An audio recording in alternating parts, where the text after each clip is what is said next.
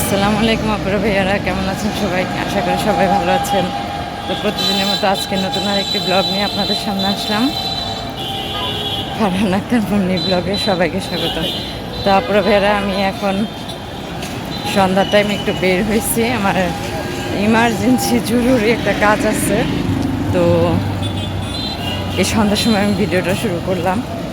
তো আজকে রাস্তার পরিস্থিতিটা আপনাদের সাথে একটু শেয়ার করি। সেটা হচ্ছে, দেখেন,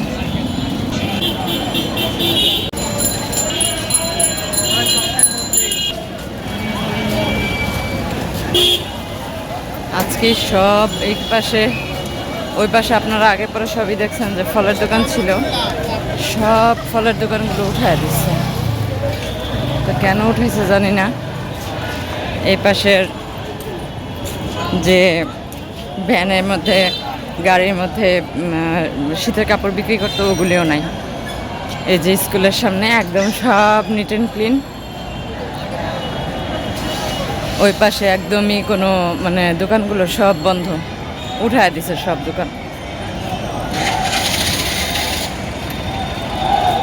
ওয়াল্লাহ, কেমন মিছিলের মতো শব্দ আসতেছে।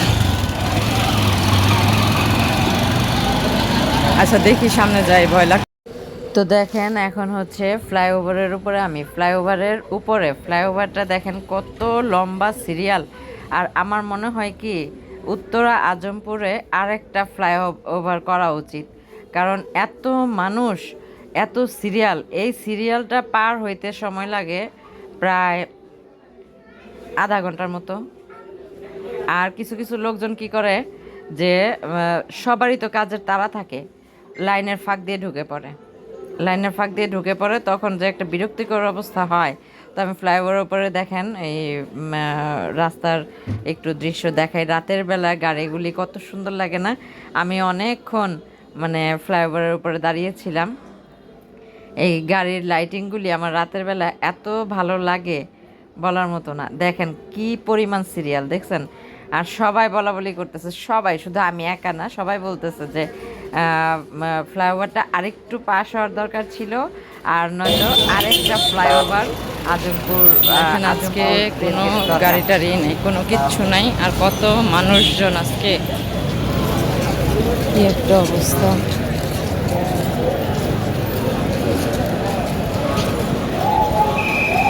কত লোকজন, আজকে কোনো গাড়িই নেই, রাস্তা একদম পরিষ্কার করে ফেলছে। তো আমি যেখানে যাওয়ার কথা ছিল, আমি যাইতেই পারি নাই আমার ওই কাজে। তো কি আর করবো, এখন বাসায় চলে যাচ্ছি। অনেক হয়েছে, অনেক। আমার ভয়ই লাগতেছে, আজকে বের হয়েও আমি ভুল করছি। তাড়াতাড়ি বাসায় চলে যাই। দেখেন দেখেন কি অবস্থা।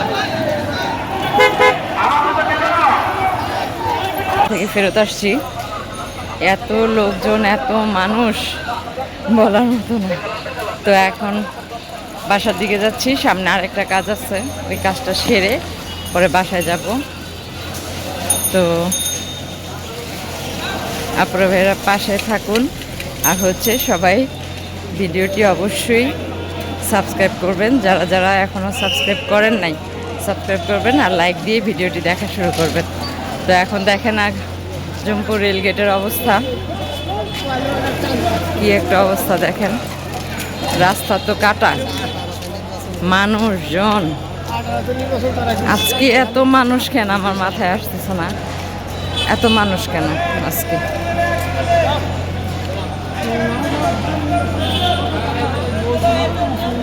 হাঁটাই যাচ্ছে না, হাঁটা চলাই অনেক মুশকিল হয়ে গেছে এত লোকজনের জন্য।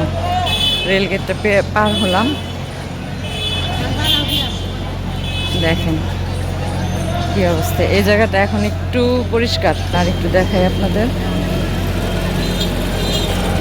রাস্তা তো কাটা, কোন দিক দিয়ে যে যাব, এই পাশে যাই একবার, ওই পাশে যাই একবার।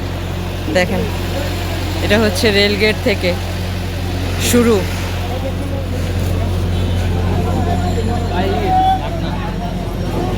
এই যে বিশাল বিশাল পাইপ নিয়ে আনছে, এগুলো দিয়ে ড্রেন করা হবে।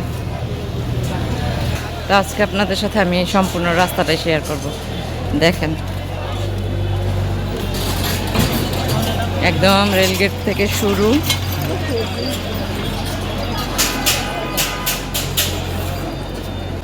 আর মানুষজন এখন অফিস আদালত শেষ হয়েছে না, ছুটি হয়েছে, বাসায় যাওয়ার পালা, সবাই বাসায় যাচ্ছে।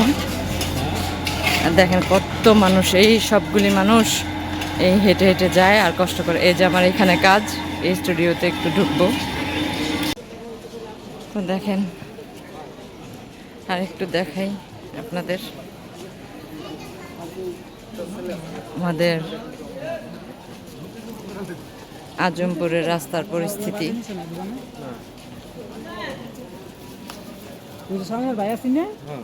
তো এই হচ্ছে আমাদের আজমপুর রেলগেট থেকে শুরু করে একদম কাঁচা বাজার পর্যন্ত রাস্তার এই অবস্থা। তবে একটু দ্রুত কাজই হচ্ছে, মনে হচ্ছে দ্রুত হচ্ছে, কারণ ড্রেনগুলো অনেকখানি বসায় ফেলছে, বসায় আবার উপরে রাস্তার উপরে মাটিও দিয়ে দিছে যেন মানুষজন একটু মাঝখান দিয়ে চলাফেরা করতে পারে। কিন্তু এখনো চলাচলের উপযোগী হয় নাই, পায়ে হাঁটার চলাচলের উপযোগী হয় নাই। আর গাড়ি চলাচলের উপযোগী যে কবে হবে সেটা একমাত্র আল্লাহ ছাড়া কেউ জানে না। আর হয়েছে গিয়ে দেখেন কত দুর্ভোগ পোহাইতে হয়, শুধু তো এতটুকু দেখলেন। আর যখন কাঁচা বাজার থেকে অটোতে ওঠা হয়, মানে তখন যে কি একটা কঠিন পরিস্থিতি হয়, মানে জ্যাম, আর অটো পাওয়া যায় না, পাওয়া গেলেও মানে এত ভাড়া নেয়, এখন ভাড়ার পরিমাণটাও বাড়ায় দিচ্ছে, তার উপরে ঘন্টার পর ঘন্টা জ্যামে থাকতে হয়। কাঁচা বাজার থেকে আজমপুর নভাই বলে স্কুল পর্যন্ত যেতে প্রায় 1 থেকে 1.5 ঘন্টা সময় লাগে, যেখানে আমাদের এখান থেকে কাঁচাবাজার থেকে আজমপুর যেতে 10 মিনিটেরও পথ না, সেখানে মানে 1 থেকে 1.5 ঘন্টা সময় লাগে। এখন বোঝেন কেমন একটা পরিস্থিতি রাস্তার। তো তো এখন আমি বাসায় আসলাম, ঠিক আছে, মাত্র বাসায় আসলাম, আপনাদের রাস্তার অবস্থা দেখাইছি আমি আজকে। আমি কি পরিমাণ যে ভয় পাইছি আজকে যায় বলার মতো না, ঠিক আছে। তো এখন আমি একটা জিনিস বানাবো, জানেন আমার অনেক ক্ষুধা লাগছে, অনেক। আমি এখন রান্না, ভিডিওটি সম্পূর্ণ দেখবেন, মানে আমি কি বানাই আজকে ওইটা দেখার জন্য ভিডিওটি সম্পূর্ণ দেখবেন। রুটি সেকবো, এই যে আমাদের হেল্পিং হ্যান্ড আজকে অনেকগুলো রুটি বানিয়ে দিয়ে গেছে, এই রুটিগুলো ফ্রোজেন করে রাখবো। তো এখান থেকে একটা রুটি সেকবো, একটা রুটি সেকে, এটা হচ্ছে একদমই কম। এখন আমি দেখেন রুটিটা সেকে নেব, এই যে আমার রুটিটা সেকা হোক, দেখেন তাওয়াই গরম হয়নি, বলেন তো কেমনে হইব। তো রুটিটা সেকি, তারপরে ভাইয়ারা এই পাশে হচ্ছে গরুর মাংস দিয়ে লাউ দিয়ে রান্না করবে আমাদের আজকে। তো এর জন্য আমাদের ক্যামেরায় দেখাই, এখানে মানে মশলা কষাইতে দেওয়া হয়েছে গরুর মাংস দিয়ে লাউ দিয়ে রান্না করার জন্য। ইস ধোয়ার কারণে কিচ্ছু দেখা যায় না, কিচ্ছু না। আর এই পাশ হচ্ছে আমার গরুর মাংস দিয়ে লাউ দিয়ে রান্না করা হবে। তো দেখতে থাকুন আপনারা আজকে আমার সেই স্পেশাল রেসিপিটা। এটা হচ্ছে আপনারা বিকেলের নাস্তার জন্য পারফেক্ট একটা খাবার, হ্যাঁ, পারফেক্ট একটা খাবার। তো দেখুন আমি কিভাবে বানাই খাবারটা, হ্যাঁ। আর আমাদের হয়েছে গ্যাস থাকে না, তো গ্যাস না থাকার কারণে আমাদের এই রাত্রেবেলা সব কিছু রান্না করতে হয়, দিনের বেলা গ্যাস থাকে না। অনেক কষ্ট ভাই, অনেক কষ্ট। ঠিক আছে, আমার রুটি সেকা শেষ আপনাদের সাথে কথা বলতে বলতে। তো এখন আমি আমার সেই রেসিপিটা দেখার জন্য সবাই একটু অবশ্যই আমার ভিডিওটা আজকে, একটা রুটি এখান থেকে আমি সরায় ফেলবো, সরায় ফেলে এই রুটিটার উপরে আমি দেখেন এই যে এখানে আমাদের যে শুটকি ভর্তা করছিল, লাল মরিচ দিয়ে ঝাল ঝাল করে শুটকি ভর্তা, এই পড়িস না, এই শুটকি ভর্তাটা আমি এই রুটিটার উপরে উঠায় দিলাম। এটাকে এখন জেলি যেভাবে মাখায় খান না পাউরুটির মধ্যে, ওভাবে মাখাবেন পুরোটার মধ্যে মাখায়া। এটা যে কি মজাদার একটা খাবার, আপুরা ভাইয়ারা যারা খাবেন ভাই এটাকে সুন্দরভাবে দিয়ে নেবেন, পুরোটা রুটিটা জুড়ে এটাকে দিয়ে দিবেন। ঠিক আছে, আমার দেওয়া শেষ,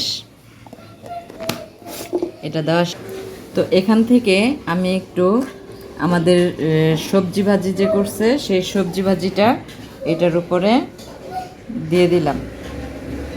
ঠিক আছে, সবজি ভাজিটা এর মধ্যে দিয়ে দিলাম। দেখেন একটু বেশি বেশি নেবেন, এই যে সুন্দরভাবে এখানে নিলাম। নিয়ে দেখেন, দেখছেন কত সুন্দর হয়েছে, লাল হলুদ সবুজ মিক্সিং কালারটা কত সুন্দর হয়েছে না। তারপর এর মধ্যে এই যে আরেকটা রুটি যে সেঁকা হয়েছে না, দেখেন এই যে রুটিটা দিলাম না, এগুলো দিলাম। এখন এর মধ্যে এই রুটিটা দিয়ে দিব, উপরে এই রুটিটা দিয়ে এটাকে আমি সুন্দরভাবে এভাবে রোল আকৃতি করে এটাকে পেঁচাবো। ঠিক আছে, দেখ রোল হয়ে গেছে। এটা কে কে এভাবে খাইছেন আমি জানি না, আমি আজকে খাইতেছি। আমার এই রেসিপিটা ফলো করে সবাই এটাই ভাবে খাবেন। বিসমিল্লাহ।